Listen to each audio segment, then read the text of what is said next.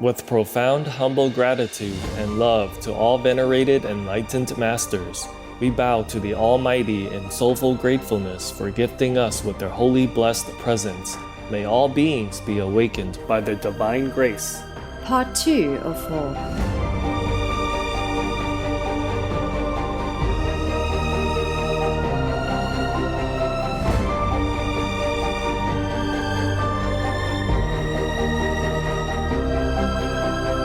Etc. Our programs offer many languages. Please visit suprememastertv.com/schedule. Nos programmes offrent plusieurs langues. Veuillez visiter suprememastertv.com/schedule. Nuestros programas ofrecen varios idiomas. Visiten suprememastertv.com/schedule. Rancangan kami menawarkan banyak bahasa. Sila kunjungi suprememastertv.com/kehadapan schedule. They have to bring their divine self to guide their every thought and action, every day and at every moment of their lives. A true theosophist ought to deal justly and walk humbly. Please continue watching to hear more about the wisdom of Theosophy. Vegan side effect. Don't recognize yourself? You are just younger and more beautiful.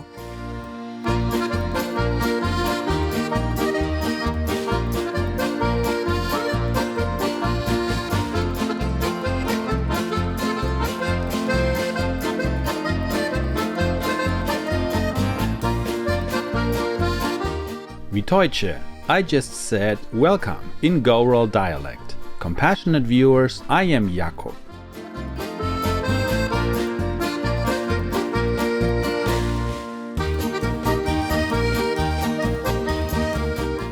The Honorable Gowrals praise you for your innovative measures to help protect our natural environment and the habitat of all the animal people.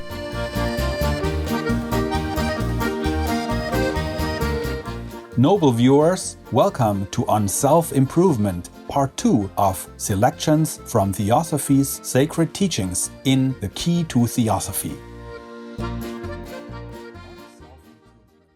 Madame Helena Petrovna Blavatsky was born in 1831 into a noble family in Ukraine. As a child, young Helena displayed a gift for clairvoyance as well as an interest in metaphysical phenomena. Years later, she traveled throughout Europe, the Middle East, and India, studying with various teachers and Sufi saints.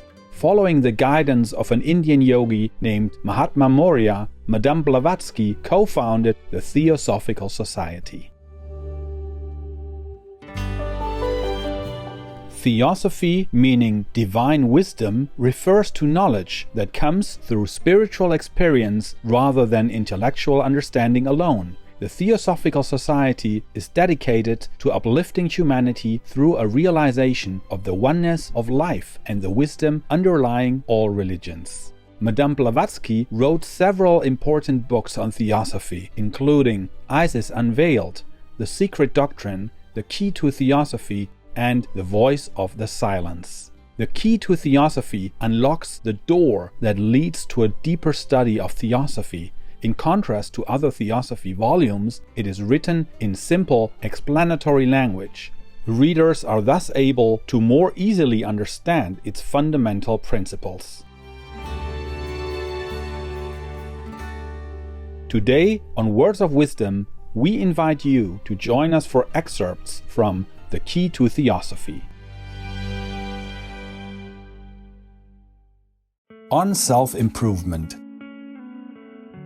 Enquirer, is moral elevation then the principal thing insisted upon in your society? Theosophist, undoubtedly, he who would be a true theosophist must bring himself to live as one. Enquirer, if so, then as I remarked before, the behavior of some members strangely belies this fundamental rule. Theosophist, indeed it does. But this cannot be helped among us any more than amongst those who call themselves Christians and act like fiends. This is no fault of our statutes and rules, but that of human nature. Even in some exoteric public branches, the members pledge themselves on their higher self to live the life prescribed by Theosophy. They have to bring their divine self to guide their every thought and action, every day and at every moment of their lives. A true Theosophist ought to deal justly and walk humbly.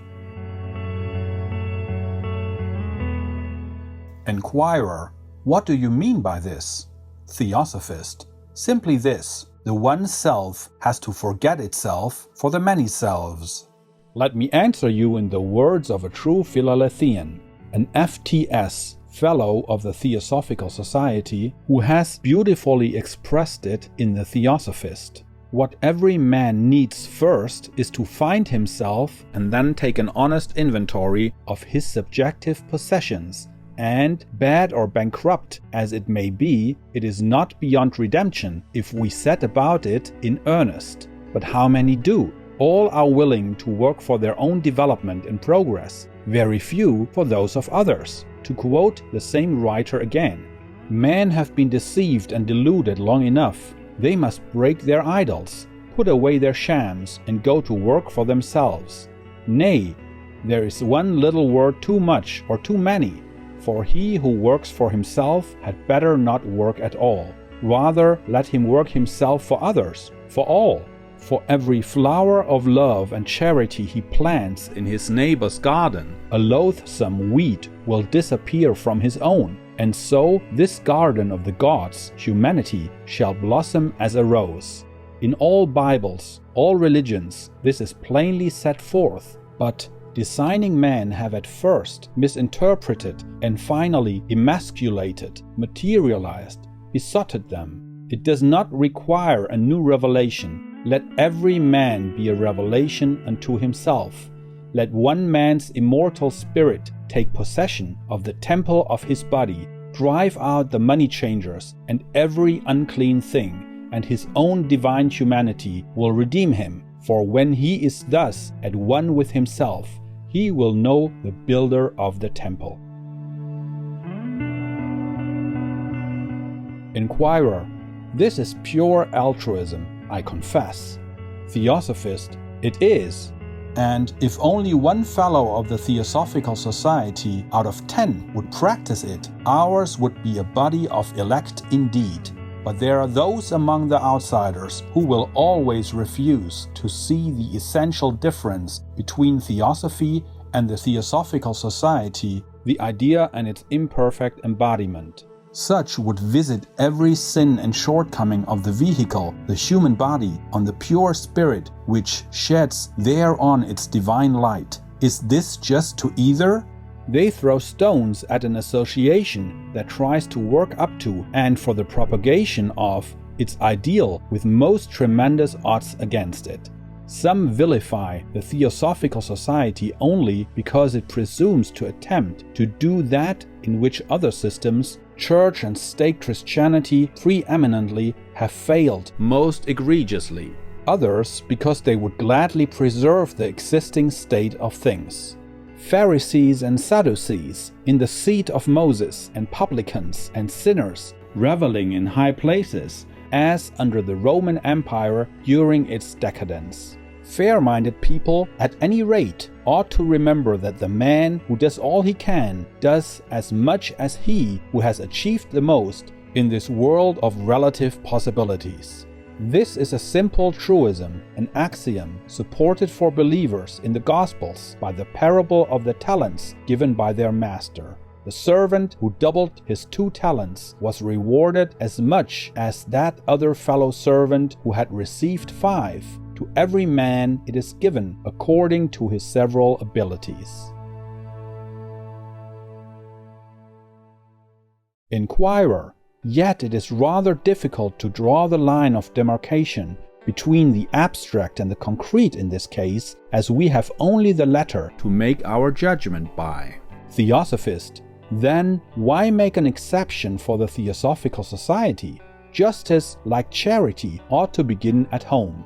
Will you revile and scoff at the Sermon on the Mount because your social, political, and even religious laws have so far not only failed to carry out its precepts in their spirit, but even in their dead letter? Abolish the oath in courts, parliament, army, and everywhere, and do as the Quakers do if you will call yourselves Christians. Abolish the courts themselves, for if you would follow the commandments of Christ, you have to give away your coat to him who deprives you of your cloak, and turn your left cheek to the bully who smites you on the right.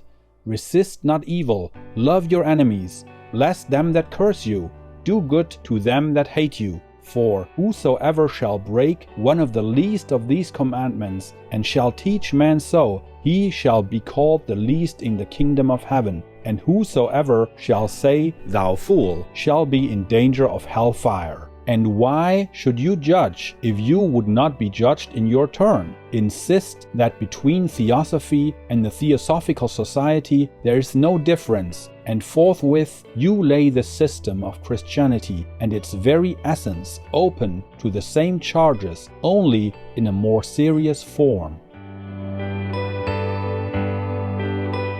Inquirer: why more serious?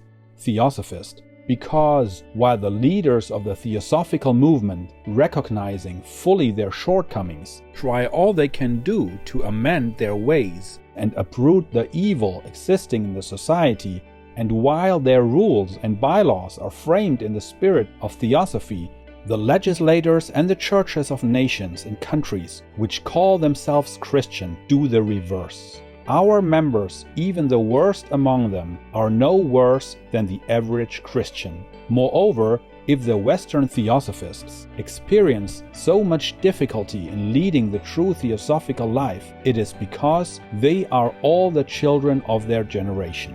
Every one of them was a Christian, bred and brought up in the sophistry of his church, his social customs, and even his paradoxical laws.